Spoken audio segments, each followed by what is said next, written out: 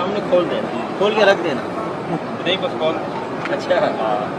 अस्सलाम वालेकुम दोस्तों, इंतहाई अफसोस का मुकाम है कि बंदा लाखों रुपए खर्च करके बैतुल्लाह शरीफ का ज़ियारत करे, हज के लिए पैसे लगाए और वहाँ की ज़ियारत उनको नसीब हो जाए, लेकिन उनका अकीदा जो है, उनका ईमान जो है, इस्लाम से दूरी जो है, वो इंतहाई अफसोसनाक और इंतहाई खतरनाक है। इस वीडियो में आप देख सकते हैं कि एक भाई जो हज के लिए आ रहे हैं, रोज़े रसूल पे हाजिरी देने के वक्त उनके साथ एक बहुत बड़ा लिफाफे में अंदर कवर किया हुआ एक लेटर है, और लेटर भी 4-5 सफ़हात पर मुश्तमिल है। और मकसद क्या है?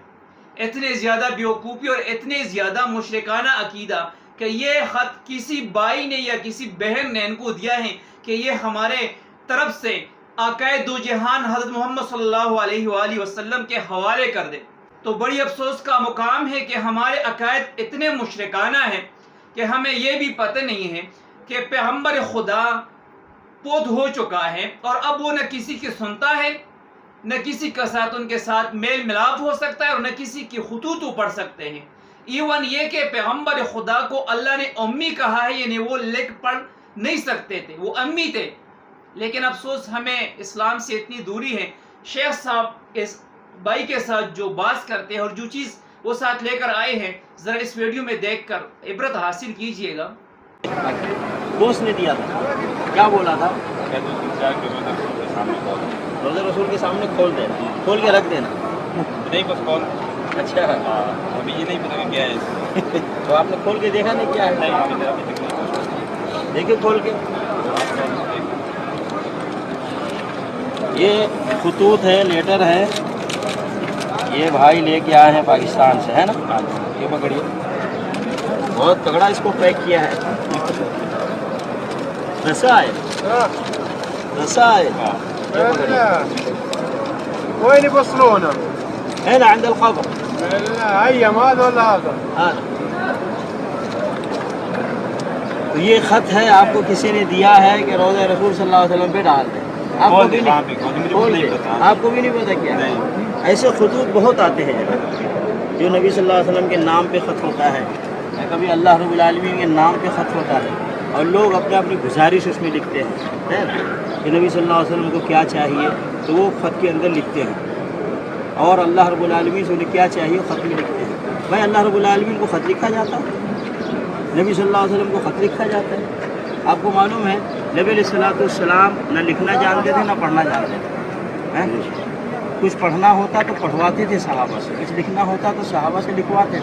अभी जो लोग ख़त लिख के भेजते हैं, कितनी बड़ी बेवकूफ़ी है, अक़ीदे की ख़राबी है।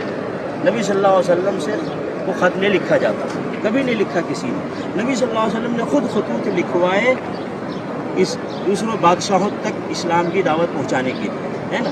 नबी सल्लल्लाहु अलैहि वसल्लम ने ख़त लिखवाए गैर मुस्लिमों को इस्लाम की दावत देने के लिए, ख़त लिखवाए। लेकिन नबी सल्लल्लाहु अलैहि वसल्लम को किसी ने ख़त नहीं लिखा।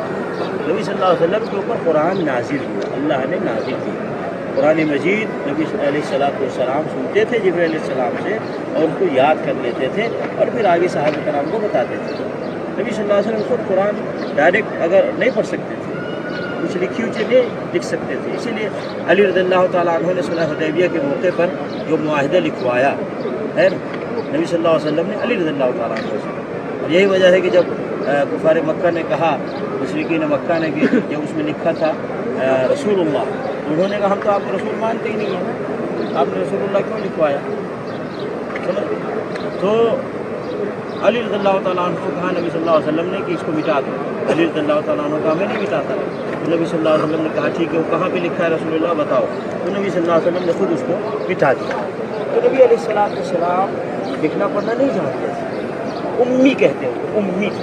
अब नबी सल्लल्लाहु अलैहि वसल्लम को ख़त भेजते हैं, कितनी बड़ी बेवकूफ़ी है, कितना गलत अक़ीदा है, कितना बुरा अक़ीदा है।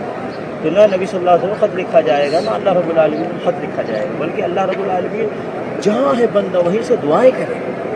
आदम अलैहिस्सलाम ने रब्बना ज़लमना अनफुसना व इल्लम तग़फिर लना व तरहमना लनकुनन्ना मिनल ख़ासिरीन, जहाँ थे वहीं से दुआ पढ़ी, अल्लाह ने उनकी दुआ कबूल कर, है कि नहीं? अय्यूब अलैहिस्सलाम बीमार थे, जहाँ थे वहीं से दुआ की, रब्बि इन्नी मस्सनी अद्दुर्रु व अंता अरहमुर राहिमीन, अल्लाह उनकी बीमारी की तकलीफ को दूर किया। इब्राहीम अलैहिस्सलाम और ज़करिया अलैहिस्सलाम जहाँ थे वहीं से औलाद ہم کو بھی اولاد دیا اور ابراہیم علیہ السلام کو بھی اولاد دیا. نبی علیہ السلام گھر میں رہتے تھے, اللہ سے دعائیں کرتے تھے. بدر کے میدان میں بھی اللہ سے دعائیں کرتے تھے, اور ایسے ہی عمرے کو حج کو جاتے تو اللہ سے دعائیں کرتے تھے. اللہ رب العالمین سے دعائیں مانگی جاتی, خط نہیں لکھا جاتا. اب یہ سب لکھو, جتنا وقت انہوں نے خط لکھنے میں لگایا ہے, اتنی دیر اگر ہاتھ اٹھا کے اللہ سے مانگتے تو ان کو فائدہ ہوتا. لیکن اس کو کیا فائدہ؟ اب یہ خط میرے بھائی کو لے کے آئے اور بھائی مجھے دے دیے, تو خط مجھے ملا, نبی صلی اللہ علیہ وسلم کو ملا نہیں. بے شمار خطوط جو ہمیں ملتے ہیں نبی صلی اللہ علیہ وسلم کو پہنچتا ہی نہیں. نبی صلی اللہ علیہ وسلم نہیں پڑھتے, ہم پڑھتے ہیں, کیا فائدہ ملا؟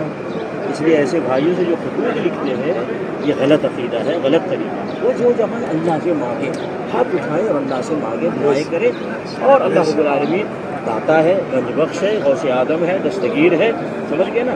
اور اللہ رب العالمین ہر فائدہ کا مالک ہے, اور وہی دینے والا ہر فائدہ, ہر نقصان سے بچانے کا مالک ہے, اور اللہ ہی ہر نقصان سے بچاتا ہے. خطوط نہیں لکھے جاتے. اگر کوئی ایسا کرے یا کرے اس کو سمجھائیے, نصیحت کیجیے, خط مت لکھیے. اللہ لوگوں کو صحیح دین کی سمجھ عطا. جی دوستو, تو سمجھ لیجیے گا کہ سب سے پہلے عقیدہ سیکھنا چاہیے. وہ عقیدہ جو قرآن نے ہمیں بتایا ہے اور سکھایا ہے, وہ عقیدہ جو جناب محمد صلی اللہ علیہ وآلہ وسلم نے ہمیں سکھایا ہے. جب آپ کا عقیدہ ٹھیک نہیں ہے تو حج تو مکے کے مشرکین بھی ادا کرتے تھے, حجاج کرام کی خدمت بھی کرتے تھے. لیکن میرے دوست, میرے بہن بھائیوں, سب سے پہلے عقیدہ ہے کہ ہمارا عقیدہ جو ہے وہ توحید پر قائم ہو.